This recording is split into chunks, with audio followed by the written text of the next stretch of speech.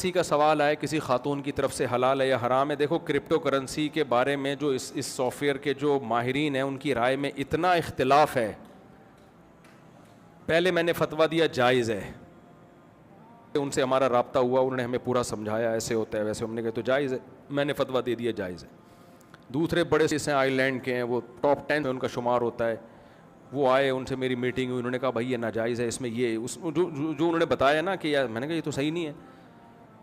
پھر تیسرے آئے, وہ ان سے بھی بڑے فنٹر, انہوں نے کہا ایسا ہے جائز ہے. پھر ہم نے کہا بھائی مجھے نہیں پتہ یہ جائز ہے کہ ناجائز ہے, کیونکہ اس کے ماہرین میں جب اختلاف ہو رہا ہے. دیکھو اب لوگ کہتے ہیں مفتی لوگ فتویٰ کیوں نہیں دے رہے. آپ کے سامنے کوئی کھانا آیا, ایک آدمی کہہ رہا ہے یہ چوری کا ہے, یہ گدھے کا گوشت ہے, سوری, دوسرا کہہ رہے نہیں گائے کا گوشت ہے. تو مفتی کہے گا بھائی اگر گائے کا گوشت ہے تو حلال ہے, گدھے کا ہے تو حلال نہیں ہے. آپ نے کہا نہیں مفتی صاحب یہ کنفیوژن والا جواب نہیں, آپ تحقیق کرو. میں نے تحقیق کی, قصائیوں کو بلاؤں گا نا میں. ایک قصائی کہہ رہا ہے گدھا ہے, میں نے خود کاٹا ہے. دوسرا کہہ رہا ہے نہیں بھائی گدھا نہیں ہے, گائے ہے, اس کے پائے بھی پڑے ہوئے ہیں, پائے دکھا دیے مجھے, میں فتویٰ دوں گا حلال ہے بھائی, میں نے پائے دیکھ کر آیا ہوں میں. دوسرے نے گدھے کے پائے دکھا دیے مجھے, گدھے کے پائے ہیں, میں فتویٰ دوں گا بھائی حرام ہے. تو میں اپنا فتویٰ روز چینج کروں گا, تو اس سے بہتر نہیں ہے میں خاموشی اختیار کر لوں کہ یار یہ قصائی ہی نہیں ایکسپلین کر پا رہے ہیں کہ یہ گدھا ہے یا گائے ہے. تو جس نے کھانا ہے اپنی ذمہ داری پہ کھائے, جس نے نہیں کھانا وہ کیا کرے, احتیاط. تو اس لیے کرپٹو کرنسی کے بارے میں نہ ہم حلال کہہ رہے ہیں نہ حرام کہہ رہے ہیں. جب تک اس کے بارے میں ان کے ماہرین کی کوئی رائے قائم نہیں ہو جاتی ہم خاموشی اختیار کیے ہوئے. ناجائز بھی نہیں کہتے کہ ایسا نہ ہو آپ کروڑوں کا نقصان کر بیٹھو, کل بولو لو بھائی اب تو مفتی صاحب خود کاروبار کر رہے ہیں, صحیح ہے نا, اور ان کے اب حلال ہو گیا. تو اس لیے ہم خاموشی, بھائی جو کرنا ہے آپ خود سمجھو اس کو. شریعت کے اصول اور ضابطے میں آپ کو بیان کر دیتا ہوں. اصول اور ضابطہ یہ ہے کہ جس چیز کا آپ رسک لے سکتے ہو, رسک ہو, اس کا پروفٹ آپ اٹھا سکتے ہو, سمجھ رہے ہیں, اور ملکی قوانین بھی اس کو لیگل کرتے ہوں. اس طرح کی چند چیزیں ہیں. اور اس کرنسی سے کرنسی برائے کرنسی مقصود نہ ہو. کرنسی کبھی خود مقصود نہیں ہوتی, اس سے ایسٹس مقصود ہوتے ہیں. کرنسی برائے کرنسی نہیں ہونی چاہیے. پھر کرنسی کو جب کرنسی کے بدلے میں بیچا جاتا ہے تو برابر سرابر بیچا جاتا ہے, اگر اسی جنس کی کرنسی ہے. ہاں ڈالر کو روپیے میں بیچ رہے ہیں تو کمی بیشی ہو سکتی ہے, اور شریعت میں یہ کہ دونوں طرف ایٹ اے ٹائم قبضہ ہونا چاہیے جب آپ بیچتے ہیں. تو چند اصول ہم بیان کر سکتے ہیں, باقی یہ میری ابھی تک سمجھ میں آیا نہیں ہے, اور ماہرین کی رائے میں بڑا اختلاف ہے اس میں. تو آپ کریں اپنی ذمہ داری پہ کر لیں. جامعۃ الرشید کا آفیشیلی فتویٰ نہیں ہے, ان کے کسی پرسنل مفتی کا فتویٰ ہے, لیکن اس پہ بھی اویس پراچا صاحب کا ہے, لیکن ان پہ بھی بہت سارے جامعۃ الرشیدی کے علماء کو اشکالات ہیں. مفتی تقی عثمانی صاحب نے اس بارے میں ابھی تک کوئی رائے دی نہیں ہے. مفتی صاحب میرا سوال یہ کہ داڑھی پر کلر کرنا, خضاب لگانا, براؤن لگا سکتے ہیں, بلیک نہیں لگا سکتے. 40 سال کے بعد لائٹ براؤن, کیونکہ آج کل جو ڈارک براؤن ہے وہ بھی بلیک جیسا ہی ہوتا ہے, تو لائٹ براؤن لگا سکتے ہیں 40 سال کے بعد, اور 40 سال سے پہلے بلیک بھی لگا سکتے ہیں. اور خواتین کی ایج اگر 40 سال سے زیادہ ہو جائے تو اگر شوہر کا بہت زیادہ اصرار ہے کہ بھئی بلیک, کیونکہ بعض کی کسی بیماری سے سفید ہو جاتے ہیں, تو خواتین کے لیے اس کی بھی گنجائش ہے. مرد کے لیے گنجائش نہیں ہے بلیک لگانے کی, سوائے جنگ کے موقع پہ دشمن پہ روپ ڈالنے کے لیے. دشمن کو لگے بھئی کوئی جوان ہے, ایسا نہ ہو دشمن کے اتنے بزرگ آ گئے تو دم کر دیں آپ ہمارے اوپر, ٹھیک ہے نا, دشمن پہ روپ کے لیے. نارملی 40 سال کے بعد مرد کے لیے بلیک کلر کی اجازت نہیں ہے, لائٹ براؤن لگا سکتے ہیں. میرا سوال یہ ہے کہ آسٹریلیا میں اسلامک بینکنگ انسٹالمنٹ کم زیادہ ہوتی رہی. یار آسٹریلیا میں جو اسلامک بینکنگ ہے اس پہ بہت سارے اشکالات ہیں. مجھے کسی نے بتایا کہ وہ ڈاؤٹ ہے اس میں, ڈرامے بازی ہے اس میں, بینکنگ ہے نہیں. اب مجھے حقیقت معلوم نہیں ہے, تو جب تک میں پراپر وے میں اس کی تحقیق نہ کر لوں میں آسٹریلیا میں جو بینکنگ چل رہی ہے اس پہ فتویٰ نہیں دے سکتا کچھ. کیونکہ جب سے اسلامک بینکنگ آئی ہے نا تو کچھ لوگ اپنے منجن بھی بیچنا شروع کر دیا اسلامک بینکنگ کے نام پہ. اس کی نگرانی کون کر رہا ہے, کیا کیسے ہو رہا ہے, صرف ٹوپی ڈرامہ تو نہیں ہو رہا, پریکٹیکلی ایسا ہو بھی رہا ہے, بڑا مشکل کام ہے. تو اس لیے میں کوئی ذمہ داری نہیں لیتا اس کی. دیکھیں گھر لون پہ مورگیج پہ لینا جائز نہیں ہے, کیونکہ سودی قرضہ ہے وہ. شدید مجبوری ہو تو جائز ہے. شدید مجبوری کسے کہتے ہیں؟ شدید مجبوری اسے کہتے ہیں کہ رینٹ پہ مل ہی نہیں رہا ہو, رینٹ پہ مل نہیں رہا ہو. مثال کے طور پر ایک صاحب مجھ سے ملے, ان کے پشاور کی فیملی تھی, 6-7 بچے تھے ان کے, وہ رہتے ہیں اٹلی میں. کہہ رہے ہمیں کوئی رینٹ پہ گھر دے ہی نہیں رہا, کیونکہ وہ کہہ رہے ہمیں چھوٹی فیملی چاہیے.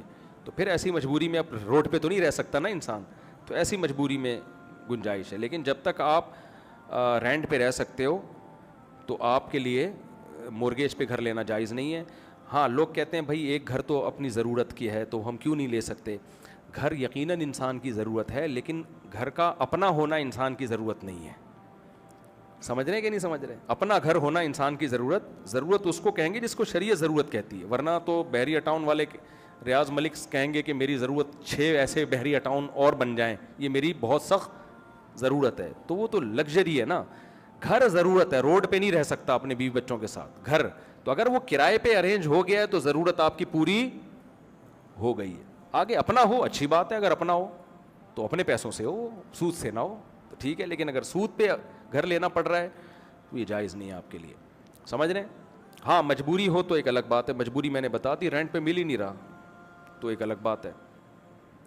ٹھیک ہے جی.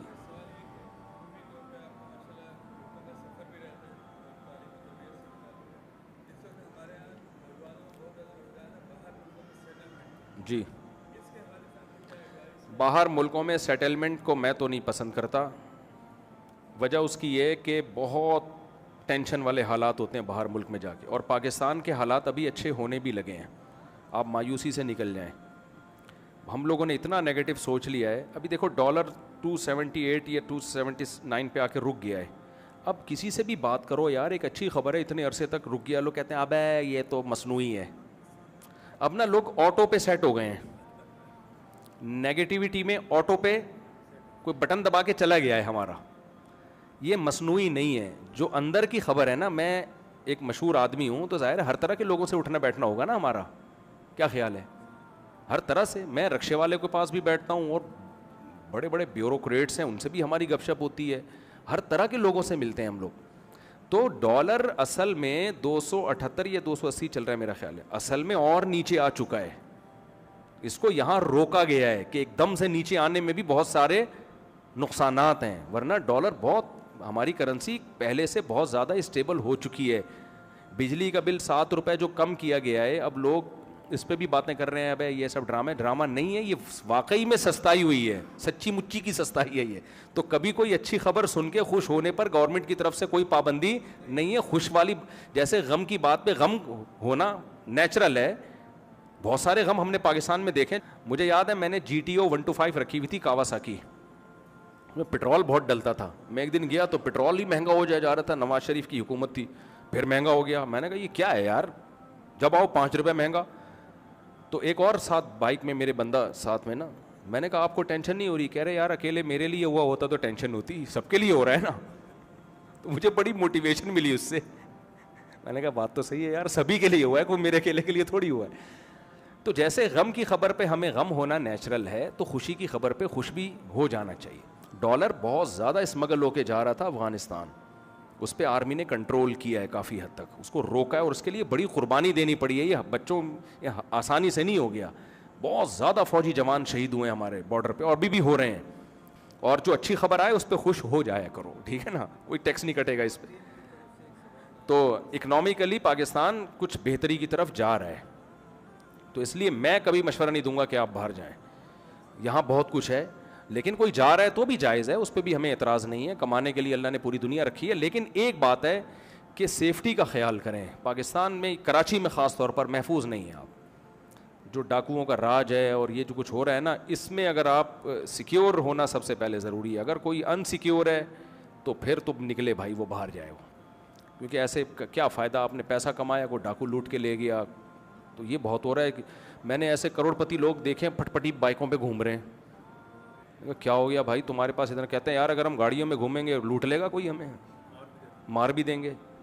تو کراچی میں یہ امن بہت خراب ہے, تو اس کے خلاف احتجاج کریں, یہ بدامنی کے خلاف حکومت پہ دباؤ ڈالیں. تو یہ ایک بڑی خطرناک چیز ہے. یہاں علماء کونسل کا فلسطین کے مسئلے پر جہاد کا فتویٰ آ گیا. ہم عام مسلمان سے اللہ تعالیٰ کیا ایکسپیکٹ کر رہے ہیں کہ ہمیں کیا کرنا چاہیے؟ دیکھیں جہاد فرض ہے استطاعت کے بقدر. اگر بارڈر کھل جائے نا فلسطین تک پہنچنے کا, تو میں سمجھتا ہوں کسی مفتی کو فتویٰ دینے کی بھی ضرورت نہیں ہے. لوگ اتنے جذباتی ہیں, پہنچ جائیں گے سارے, غلیلیں لے کے پہنچ جائیں گے, جس کو چاقو لے کے پہنچ جائیں گے. اتنی بڑی تعداد ہے. مسئلہ سارا یہ ہے کہ بارڈر اتنی مضبوطی سے بند کیا ہوا ہے, کہ کوئی پر نہیں مار سکتا, تو کرے کیا آدمی. تو اب ہمارے پاس یہ ہے کہ یا تو ہم ان کی مدد کے لیے لیگل وے میں ٹرسٹ کے ذریعے پیسے بھیجیں, وہ ہم بھیجتے رہتے ہیں جو ہمارے بس میں ہے, یا یہ کہ ہم دعا کریں ان کے لیے. جی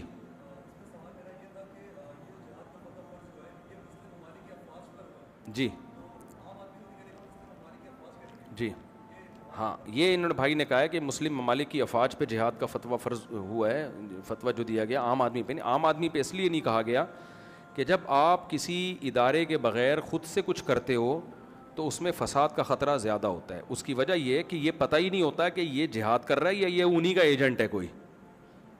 تو کبھی بھی عام آدمی کو اس کی اجازت نہیں دی جاتی کہ وہ انڈیویجولی طور پہ کوئی تحریک شروع کر دے. ہوتا یہ ہے کہ جب غیر مسلم طاقتیں اور اسلام دشمن طاقتیں دیکھتی ہیں کہ ان کے جذبات گرم ہیں, بہت ٹائٹ طریقے سے یہ بھی جذباتی ہوئے ہوئے ہیں, تو وہ آ کے ان جذبات کو غلط کیش کرانا شروع کر دیتے ہیں. وہ آئیں گے پگڑی باندھ کے, فلسطین کا جھنڈا لہرا کے, آؤ ہمارے ساتھ, آپ جاؤ گے, وہ سب عین ممکن ہے اسرائیلی کے ایجنٹ ہو وہ. اور یہ ہوائی باتیں نہیں ہیں, ایسا ہوا ہے ماضی میں. اداروں کو بیوقوف بنانا مشکل ہوتا ہے, تو اس لیے کہا جاتا ہے کہ بھئی اسلامی ملکوں کی فوجیں پہل کریں, وہ کریں تو پھر دیکھو پبلک پیچھے پیچھے جائے گی. ان کے لوگ اتنے بھرے ہوئے ہیں جذبات سے, اور اچھے ایمان کے جذبات ہیں, یہ جائیں گے لوگ. ویسے بھی ہم بے روزگار یہاں پڑے ہوئے کیا کر رہے ہیں, پاکستانی تو چاہ رہے ہیں کوئی اچھی ڈمپر کے نیچے آگے مرنے سے بہتر ہے کسی اچھی جگہ جا کے شہید ہو جائیں, یا ڈاکوؤں سے مرنے سے بہتر ہے بھائی جا کے وہاں شہید ہو جائیں. لیکن جب تک کوئی پراپر ادارہ نہ ہونا تو آپ کو یہی نہیں پتا چلتا یہ ایک نمبر ہے. کتنے لوگوں نے چندہ لیا ہے فلسطین کے نام پہ اور کوٹھیاں بنا لی ہیں. بہت مشکل ہوتا ہے یہ تحقیق کرنا. میرا مقصد آپ کو ڈرانا نہیں ہے, کرنا بہت کچھ چاہیے, لیکن یہ نہیں ہے کہ اگر آپ صحیح طریقے سے کچھ کام نہیں کر سکتے تو غلط طریقے سے آپ کرنا شروع کر دیں. یہ پھر الٹا آپ کو نقصان ہوگا, اور ایسے موقع پہ بہت زیادہ فائدہ اٹھایا جاتا ہے. جی جی جی آن لائن عالم میں مزیداری بالکل نہیں ہے. یہ ایسے ہی جیسے آن لائن ڈرائیونگ سیکھ رہے ہو آپ بیٹھ کے. پارٹ ٹائم صحیح ہے, نہ ہونے سے ہونا بہتر ہے. اب پورا عالم بننے کے تو ہر ایک کے پاس ٹائم بھی نہیں ہوتا, پھر پوری زندگی وقف کرنی پڑتی ہے. دیکھیں ڈاکٹر صرف وہ نہیں ہوتا جو 4 سال MBBS کر کے ڈاکٹر بن جائے, وہ کلینک بھی کھولے گا, ساری زندگی اسی میں جتا رہے گا, تو 50-60 سال جا کے اس کے بعد وہ صحیح ڈاکٹر بنے گا. تو عالم کا بھی ایسا ہی ہے, مدرسوں سے فارغ ہو کے کوئی عالم نہیں بن جاتا. پراپر وے میں اسی کام میں لگے رہتے ہیں, ریسرچ کے کام میں, بعد جا کے انسان میں علم میں اسٹیبلٹی اس کے پیدا ہوتی ہے, اسٹیبل ہوتا ہے. تو اب وہ تو چند لوگ ہی ہو سکتے ہیں, وہ تو بچپن سے ہی ہے. تو بڑی عمر میں جو شارٹ کورسز ہو رہے ہوتے ہیں, تفسیر کے, عربی گرامر کے, حدیث کے, سیرت کے, ان کورسز کو جوائن کرنا چاہیے. مفتی صاحب اسلام میں داڑھی کیا حدود ہیں؟ داڑھی رکھنا لازم ہے اسلام میں, یہ حدود ہیں. خواتین پہ پردہ لازم ہے, مردوں پہ جی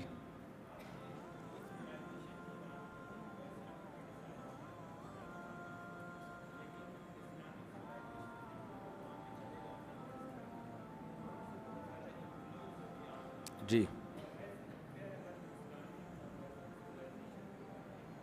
انسپائر نہیں ہوتے. ہاں جی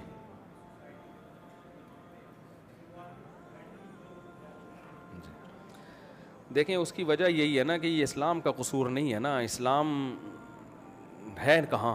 اسلامی ملکوں میں اسلام ہوتا تو ہم کہتے نا, تو ہے نہیں نا. انہوں نے جو اسلام کی جو اس طرح کی تعلیمات تھیں وہ لے لی انہوں نے, ایمانداری, دیانتداری. اب قرآن کیا کہتا ہے, ناپ تول میں کمی کرنے والوں کو کیا خوف نہیں ہے کہ خدا کو جواب دینا پڑے گا؟ قرآن کہتا ہے ایک قوم ناپ تول میں کمی کرتی تھی, ہم نے پوری قوم تباہ کر دی.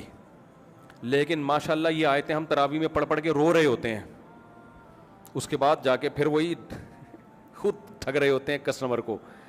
تو باتیں کرنے پر گورنمنٹ کی طرف سے کوئی پابندی نہیں ہے. میں بھی بہت اچھی اچھی باتیں کر رہا ہوں, آپ بھی کر رہے ہیں. پریکٹیکلی اصل میں یہ تعلیمات بھی ہماری سوسائٹی میں ہے نہیں. مذہب کا ایک رخ دکھایا جاتا ہے, دوسرا رخ دکھایا ہی نہیں جاتا نا.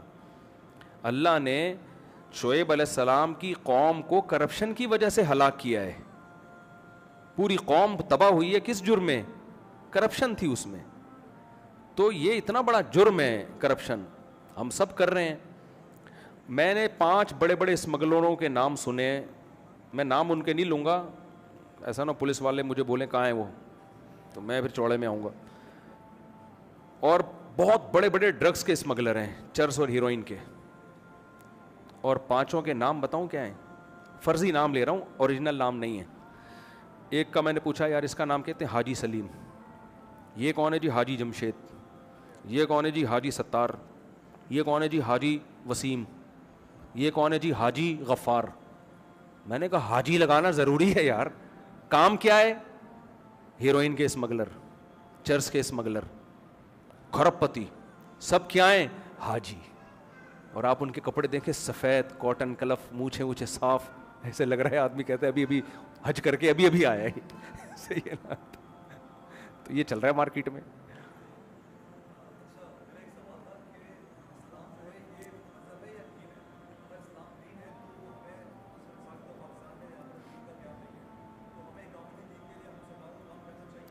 اقامت دین کے لیے بہترین بات کی. اچھا یہ انہوں نے بارڈر والا سوال بھی رہ گیا تھا, ٹائم ہے میں جواب دے دوں ان کا؟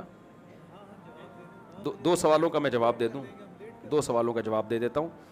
دیکھیں اسلام میں بارڈر کا حقیقت میں تو تصور نہیں ہے, ٹھیک ہے نا, ایک دارالاسلام اور ایک دارالحرب, لیکن کچھ چیزیں ہونی چاہیے, ہوتی نہیں ہیں.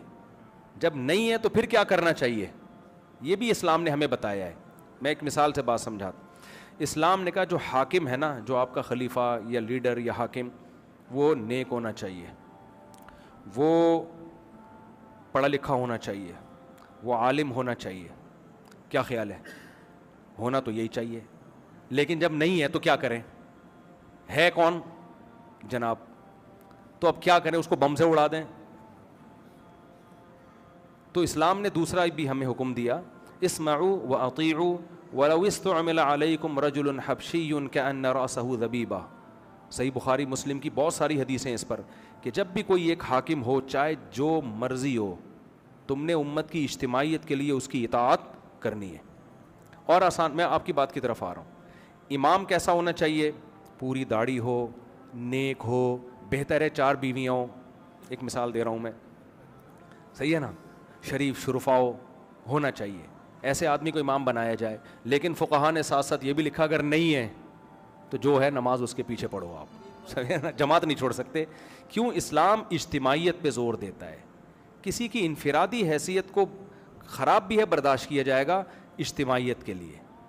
تو صحیح مسلم کی حدیث کہ جب مسلمانوں کا کوئی ایک امیر بن جائے, اس کے خلاف جو بھی کھڑا ہو اس کو قتل کر دو, کائنم من کان, کتنا ہی نیک کیوں نہ ہو, کتنا ہی اچھا کیوں نہ ہو.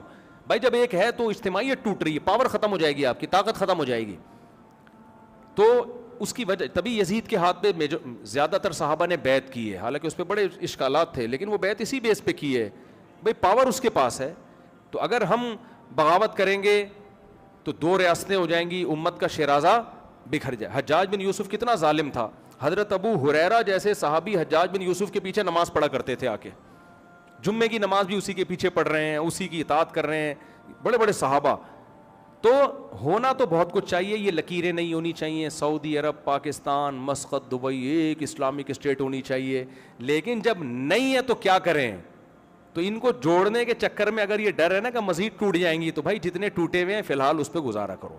تبھی آپ دیکھو بنو امیہ کے دور میں ایک اسلامک اسٹیٹ تھی, جب بنو امیہ کے خلاف بغاوت ہوئی ہے بنو عباس نے, تو وہ ایک اسٹیٹ نہیں بنی, اس بغاوت کے نتیجے میں اسلامک اسٹیٹ 2 حصوں میں ڈیوائیڈ ہو گئی. پہلی دفعہ اسلام میں یہ دراڑ آئی تھی کہ جی بنو امیہ نے ظلم کیا تو ہم ان کے خلاف بغاوت کریں گے. بغاوت ہوئی تو کیا ہوا, اسلامک اسٹیٹ 2, اندلس میں الگ خلافت قائم ہوئی, اور ادھر بصرہ کوفہ میں الگ خلافت قائم ہوئی. پھر اس کے بعد سے خلافتیں در خلافتیں, پھر جو خلافت عثمانیہ تھی بہت بڑی تھی, لیکن ہندوستان میں وہ نہیں تھی. ہندوستان میں الگ مغلوں کی حکومت تھی, وہ بھی اسلامی ریاست تھی ہندوستان کی, وہ مغلوں کی حکومت تھی. ادھر مسقط میں الگ حکومت تھی. تو اسلامک اسٹیٹ بنو امیہ کے بعد آج تک کبھی ایک خلیفہ پہ لوگ جمع نہیں ہوئے ہیں. تو سب علماء کا ہمیشہ سے یہی فتویٰ ہے کہ جہاں جو خلافت ہے, جو حکومت ہے, اس کو مزید توڑنے کی کوشش نہ کی جائے, وہیں کے جو بادشاہ ہے اس کی اطاعت کی جائے. تو کچھ کام ہونے چاہیے, لیکن نہیں ہو رہے تو ہم گراؤنڈ ریئلٹی کو دیکھ کے چلیں گے. ان کو ایسے طریقے سے جوڑنے کی کوشش کرنا کہ وہ مزید ٹوٹ جائیں, یہ نہیں ہو سکتا, یہ جائز نہیں ہے.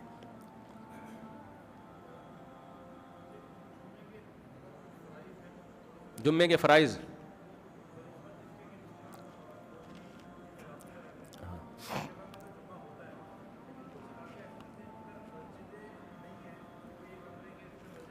دیکھیں جمعے کے لیے ضروری ہے کہ بڑا قصبہ ہو یا شہر ہو. گاؤں دیہاتوں میں صحراؤں میں جمعہ نہیں ہوتا. بس حدیث سے کہیں بھی ثابت نہیں ہے کہ صحابہ کے دور میں, نبی کے دور میں کسی گاؤں میں جمعہ ہوا ہو.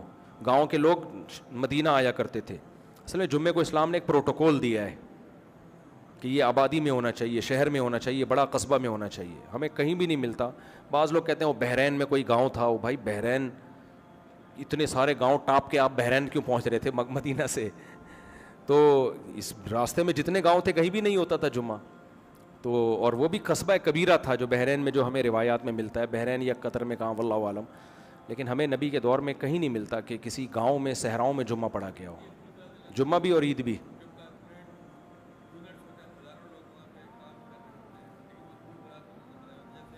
ہزاروں لوگوں سے نہیں ہوتا.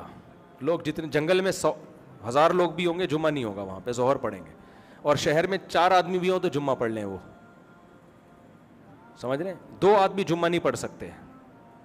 جماعت کم از کم 4 افراد ہوں جمعے کے لیے. 2-3 افراد کا جمعہ نہیں ہوتا. ٹھیک ہے نا.